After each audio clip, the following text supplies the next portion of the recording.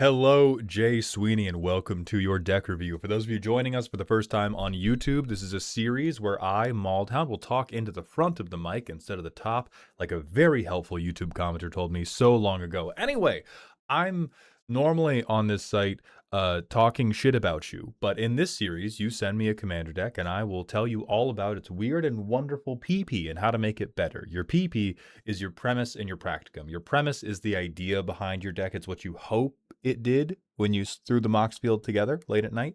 Your practicum is the stuff in the 99. It's the problems you ran into along the way. So today, we're looking at a Mr. Foxglove deck from a deck builder who feels like they have over-optimized too many of their decks. So we're working with a budget restriction.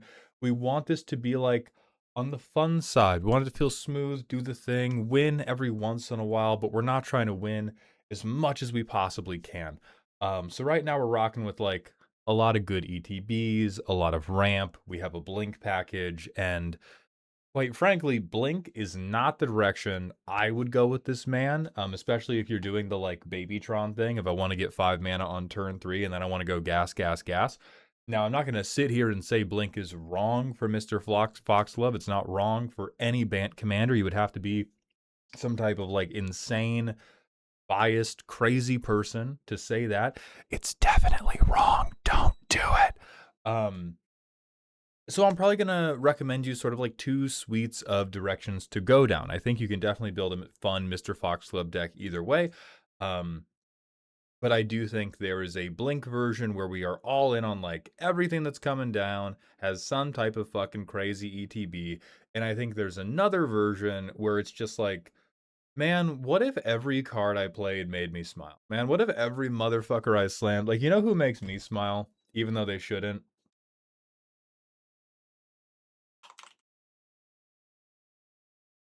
It's Elder Gargaroth, dude. I fucking this is like when the green players talk to me about honest magic, this is what I imagine. And what they mean is like double strike Galta with 50 power, or what they mean is 10,000 +1/+1 counters. But like god darn it, what I imagine when I think about good clean fun is a 6/6 beast just hoofing you right in the cooter over and over and over again. Um so I think there's a version of the deck that plays stuff like this, and then there's a version of the deck that plays stuff like you already have. So what I'm going to do first is probably tell you what would help with the game plan you already have going, and then later on we can talk about what the deck might look like or what fun ads might be if you did something totally different. So let me hit a little playtest and feel out where the problems are now, because I think you said like we can kind of stop one or two people and then we just get run over. That I never want to say skill issue because I'm okay at the game.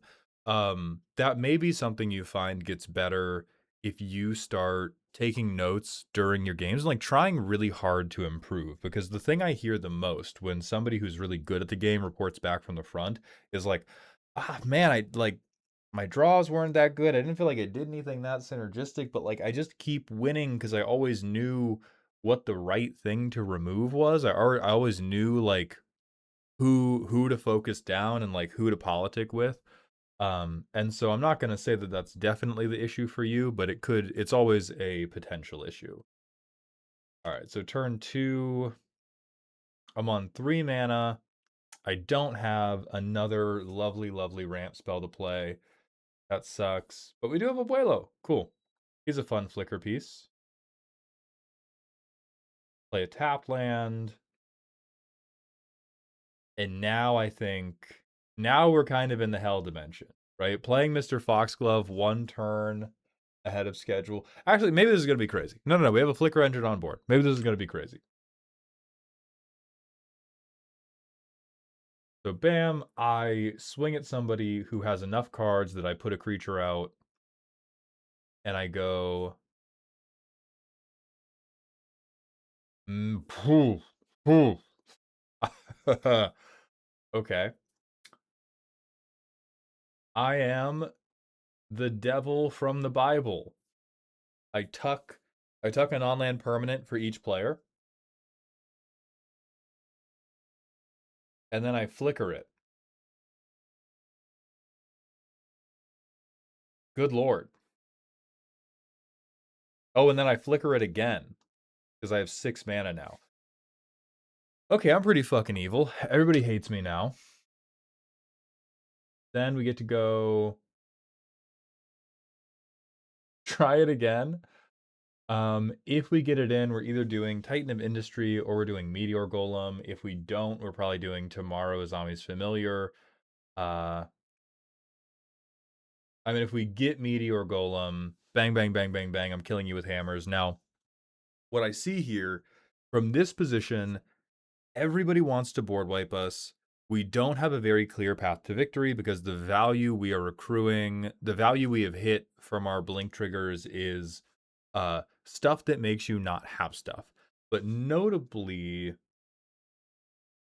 we don't get to put enough damage down. And so that may be a part that might help you convert better if we feel like we're getting to interact with one person and then we're being left behind. Maybe we're being left behind because we're just not committing, we're not making enough of our one for ones stuff where we can then like follow up by hitting you incredibly, incredibly hard in the chest, right? Because that's a hallmark of Bant for sure. Like Titan of Industry for sure does it. But like Meteor Golem, that's what the pores use, brother. What do we have in this hand? This hand's pretty great.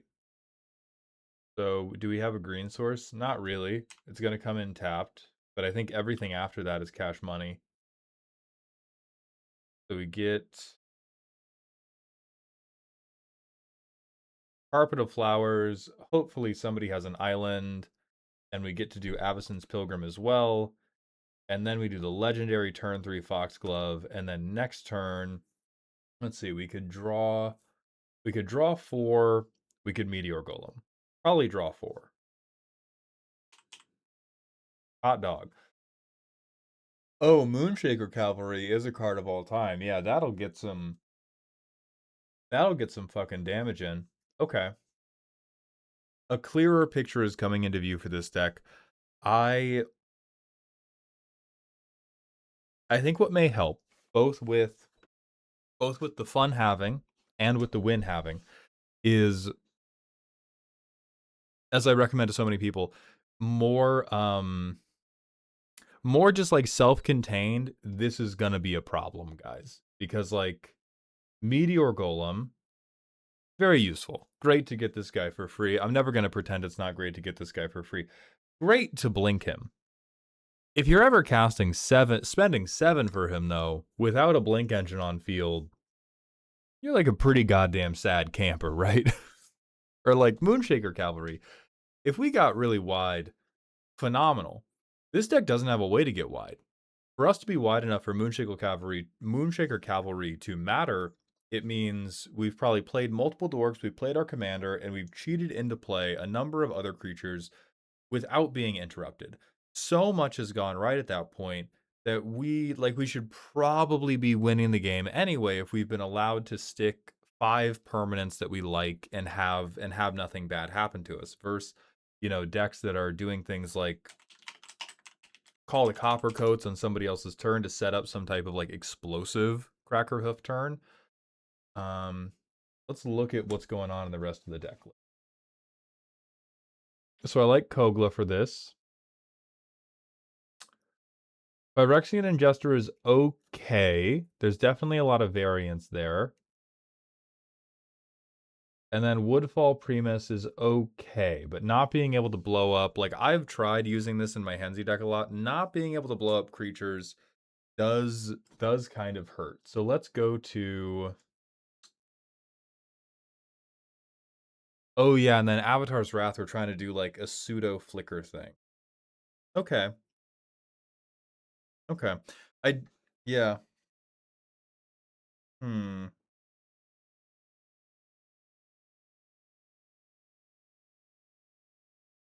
It definitely feels like we're caught in the middle of trying to get flicker value, but then we're also doing budget, so we probably don't have a lot of the best flicker payoffs. This is another reason I don't personally like budget, because budget hits different archetypes differently. Like the more popular the more popular the thing you're trying to do is on EDH rec, the harder it's going to be for you to build an effective budget deck because more of the stuff is just going to be like $1 million for no. But let's go O tag removal type creature commander banned, because what I want to find for you is how can we remove stuff, and I'll do USD less than 5 for now. How can we remove stuff and keep a compelling threat on board, as opposed to right now it's we get to remove stuff and we have a 3/3. And you also said no Eldrazi.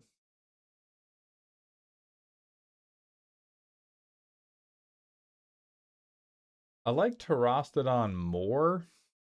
This is at least a 9/9. That's a big old fuck you stat line. Um, I definitely like Angel of the Runes more than Woodfall Primus, which I know sounds a little bit ridiculous, but like if you're hitting a non-creature permanent, 9 times out of 10, you're not going to be hitting a land. You're going to be hitting a mana rock. You're going to be hitting a utility artifact. Angel of the Runes lets you get one more, and it's going to be a flyer, which I think will get you more damage through than Woodfall Primus will. But that's really quibbling.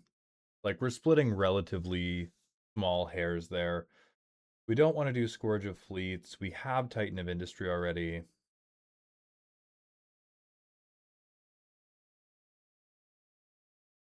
Aerial Extortionist would be a good card draw engine, but I'm not convinced that it is a big enough threat by itself. Man, oh man, do they really want you to play Eldrazi if you want to do if you want to do budget stomp you with creatures.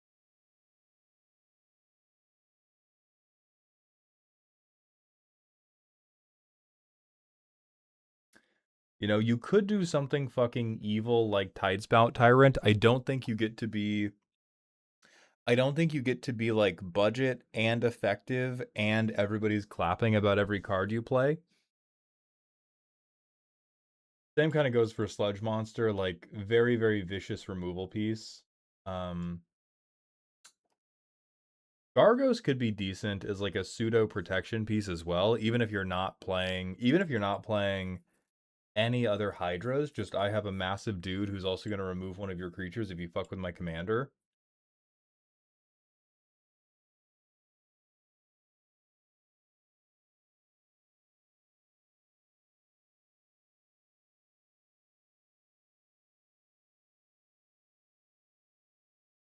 You could do Hammerhead Tyrant, especially since your deck has like we've got a lot of pretty expensive stuff, and it's pretty hard to argue that this is not a relatively fair way to do it. I have a 6 mana dragon and I'm casting other stuff. Yes, I get a little bit of a benefit for that. We're not casting the Tarask, which fucks that up a little bit. Um I do think I would include Thorn Mammoth. Who am I including Thorn Mammoth over? Because like I would probably include Mammoth over Meteor Golem pretty quickly. Like what I would be wanting to do is put put significant amounts of damage on board and keep cleaning up like their best way to block me. Because I'm struggling to think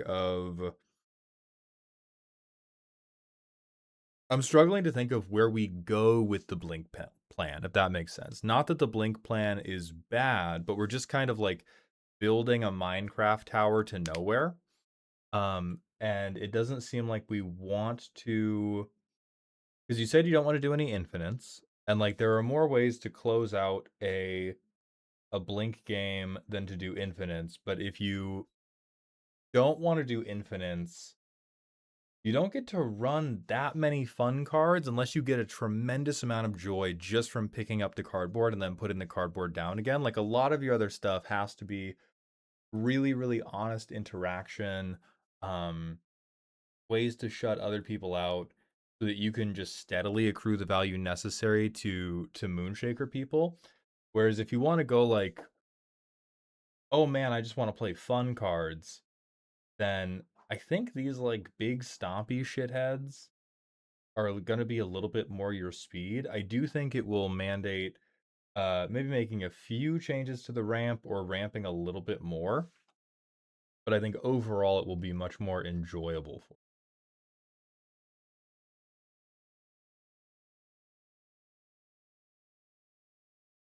Let's see who else we got.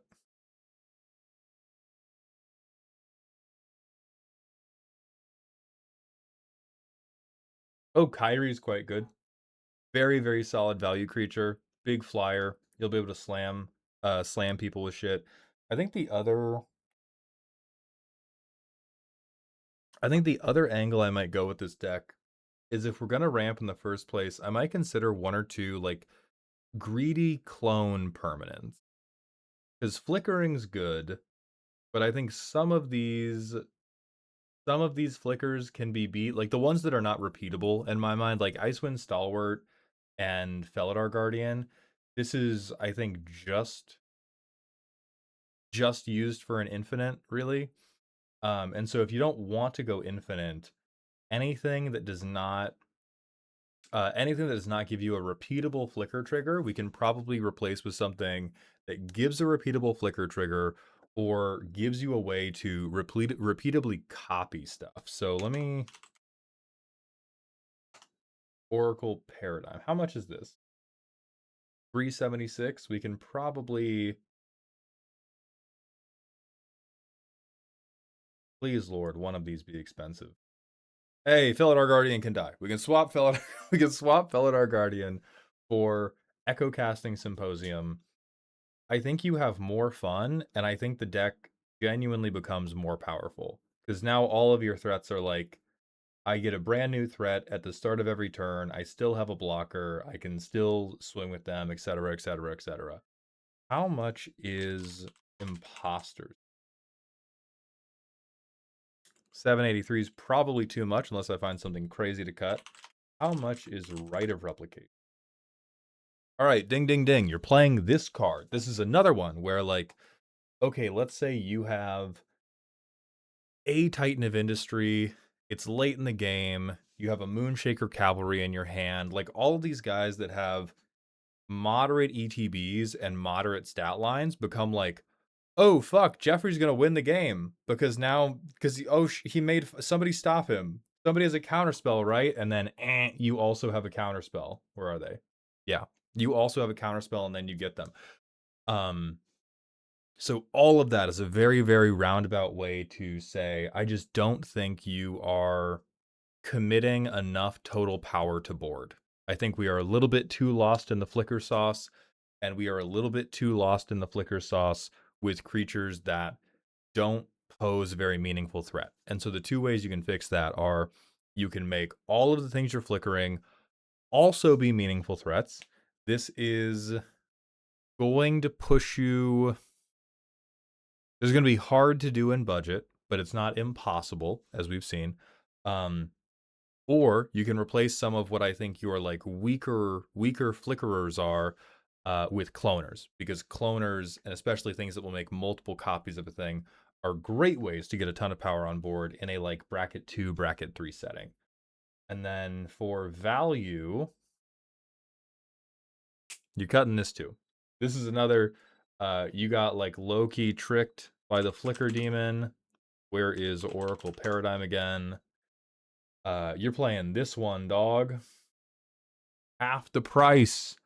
Every turn, I just get a non-land permanent. Huzzah! Like, Karmic Guide is it's another thing where, yes, it's really, really good if you get the multiple synergy pieces going, but having your deck be predicated upon getting multiple synergy pieces going is how you gas out in the late game.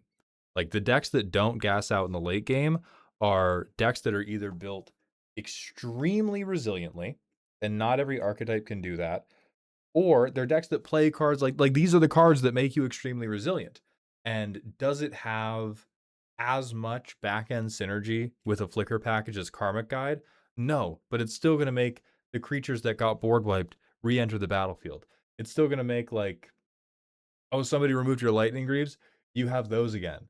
Like, somebody removed your Aether Tunnel, you have those again. Like, it's just so good, and you are in a deck that is already taking the time to make the mana to make it work. Now let me, for your ramp section, what can we do a little bit better? Fuck this. You if you ever have to discard the maximum hand size, you should be happy about it. Um, Low key fuck Bender's water skin. You do like counterspelling, but like so much of your deck is predicated upon not having not having to tap out in the first place. Like I can kind of see it, but I do think we would rather be aggressively getting to Foxglove on 3 than anything else. Because the other beautiful thing about having a really aggressive ramp package is if we get to Foxglove on 3 and they go like, oh, okay, well I shoot your Foxglove, you just go like, oh, okay, fine, I play tomorrow. Hardcast. Hardcast, I made a lot of mana. What are you gonna do about it? And having things, yeah, I guess it makes mana of any color. Like the fixing's not nothing, but I'm gonna be very, very critical of 3 mana ramp that only makes you 1 mana. So I think cultivate. Oh, but this might be, hold on. Otag, ramp, play 3 or Bant. My girl Gwenna might not be less than $5. We may also just be dealing with the budget restriction.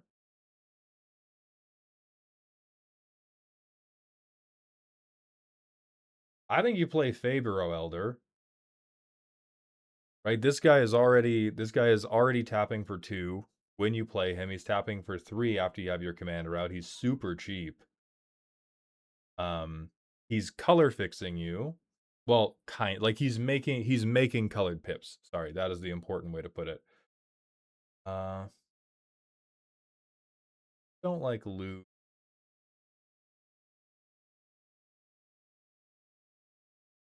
Topiary Stomper's kind of interesting, especially if you want to keep doing this blink thing. I would like Topiary Stomper.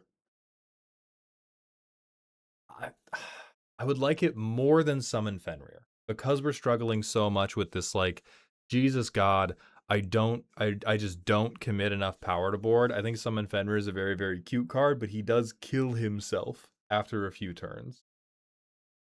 Or you could put it in over Cultivate, over Kodama's Reach. I think that would still be acceptable, even though you trade down a little bit on how much mana you get out of it. Oh, beautiful. Gwenna is still barely under $5. So maybe you don't have to run.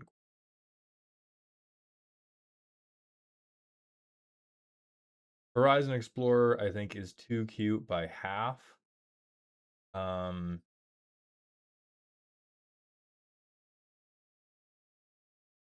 I think you could try to get away with Selvala. You could probably just run Flare of Cultivation. How much is this? Yeah, 62 cents. I cannot think of why you would be running Cultivate over Flare of Cultivation or Kodama's Reach over Flare of Cultivation, right? Because they're both 3 mana green spells. That 1 extra green pip is not going to make a big difference, and you have the choice of potentially being like, maybe I think a board wipe is coming down soon.